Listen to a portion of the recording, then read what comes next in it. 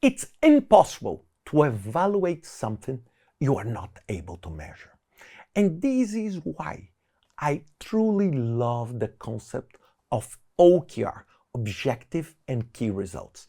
And with OKR, it becomes quite simple for you to go from your strategic objective down to very tangible measurements. Let's see how this works.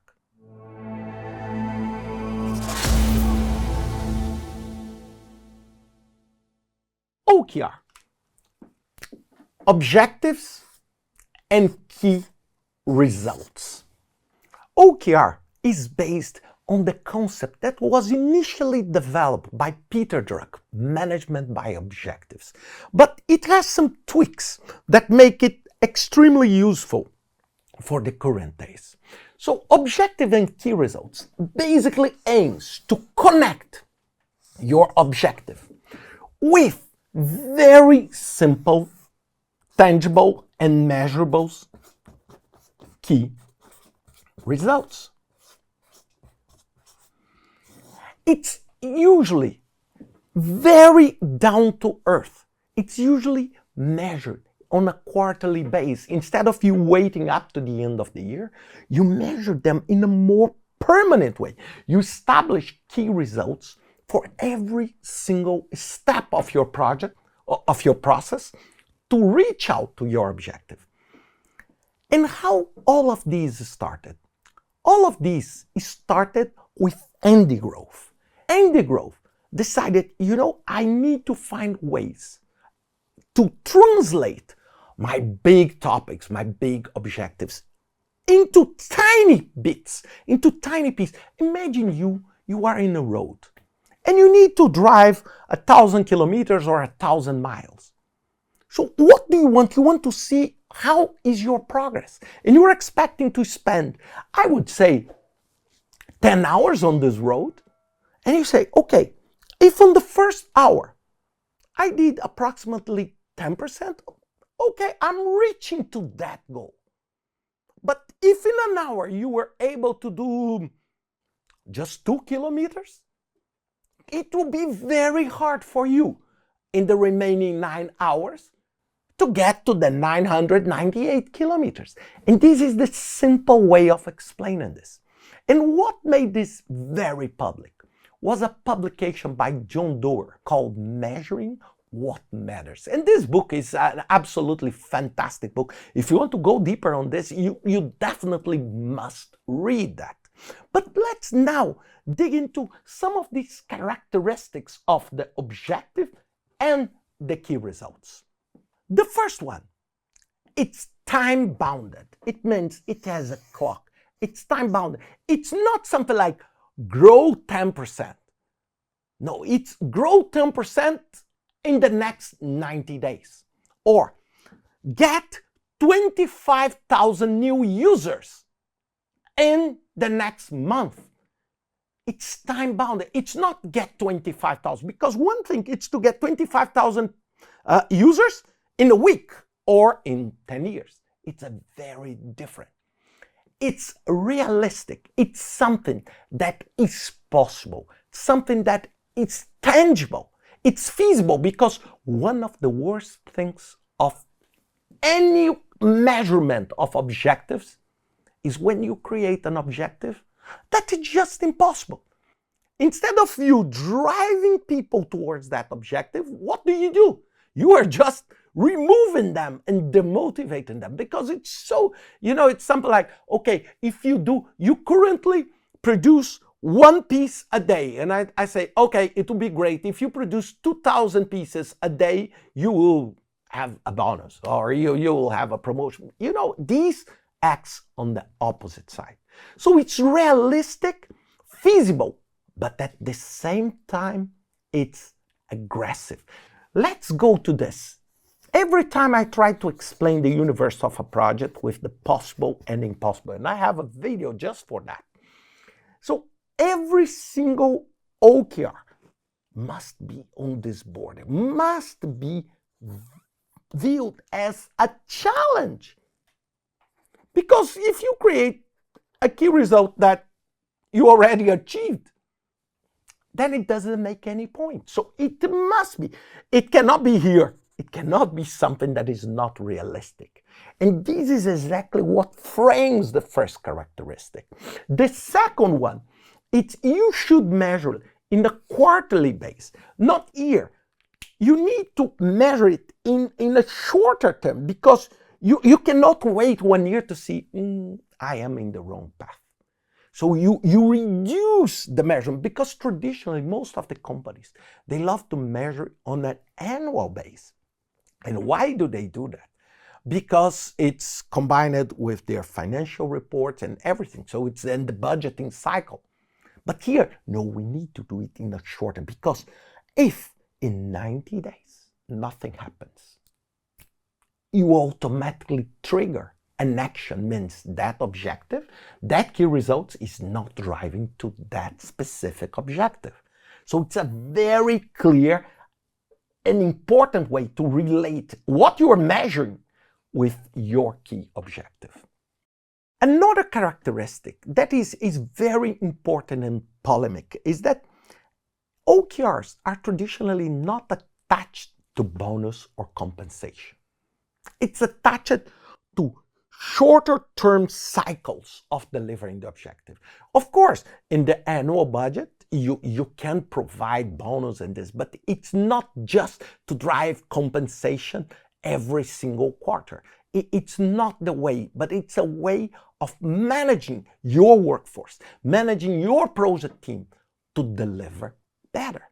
And what I want here, I want to show you some examples. You can download these examples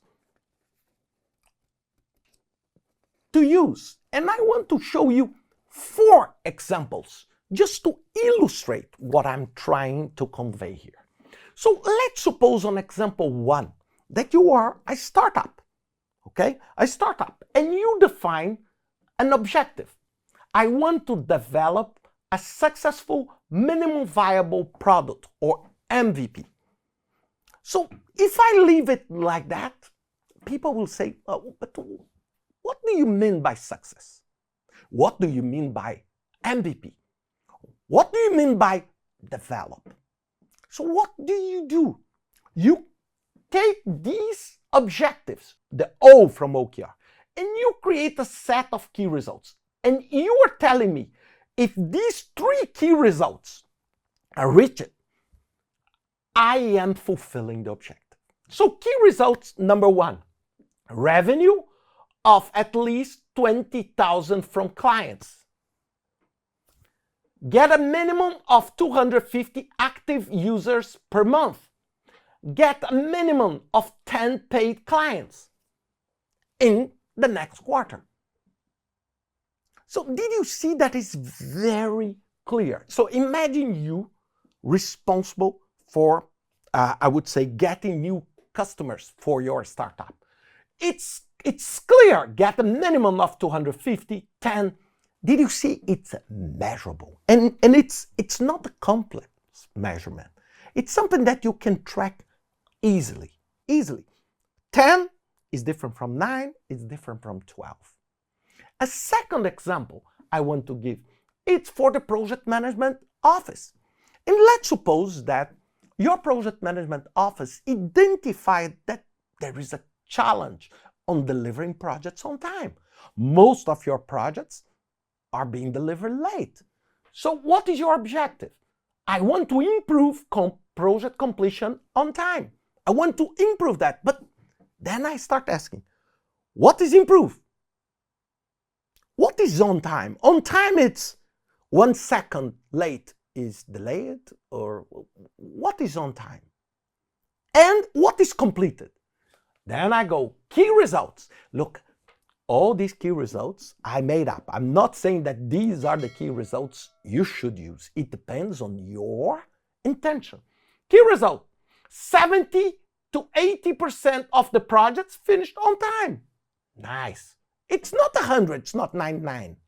Second, less than 5% of the projects with delays above 10% of their planned timeline. Let's suppose your project is 100 days. 10% is 10 days.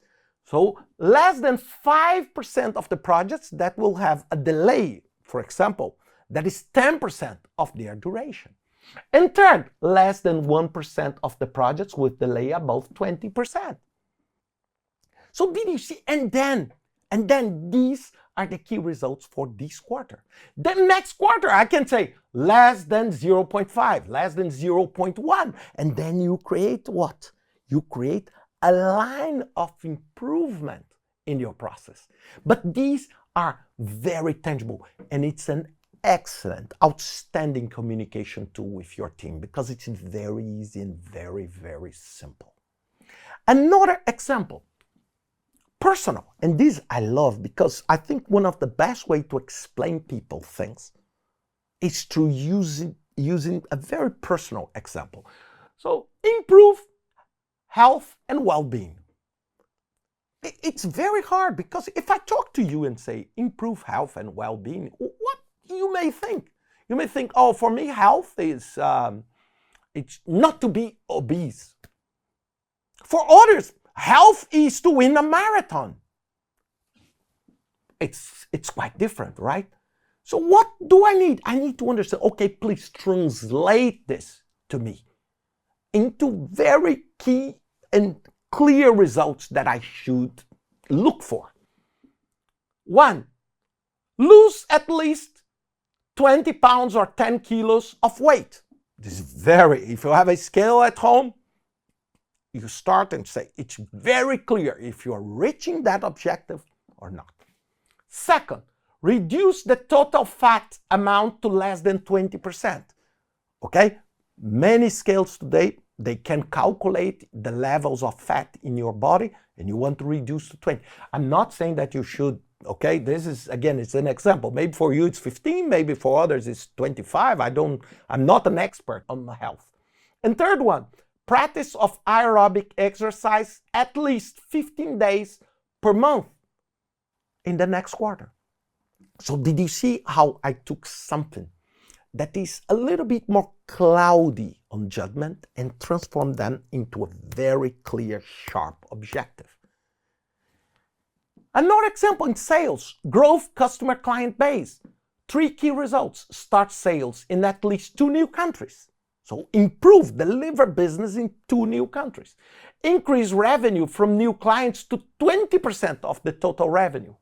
And 3rd, increase gross profit margin from 15 to 25 in new clients. So when I get new clients, I will make more profit out of them than I'm making with my current clients. So why I did this? And I want to highlight, some of you may ask me, okay, so I need to put 3 to each example. No, I don't want you to be pragmatic.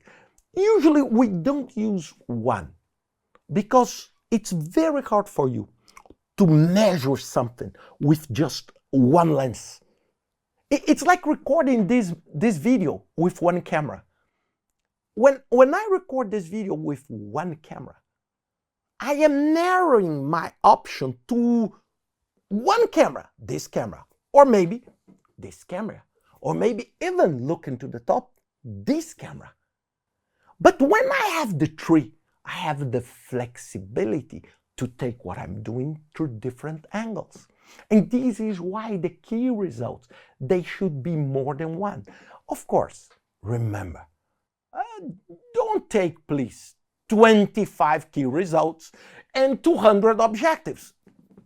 Why? Let's go to the title of John Doerr book, Measuring What Matters. If you're measuring 500 things, I will ask you, are you measuring what matters? Or are you measuring just everything?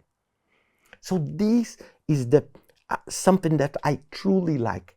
In every single client I work with, I do this. I do this for a single project. I do this for a portfolio.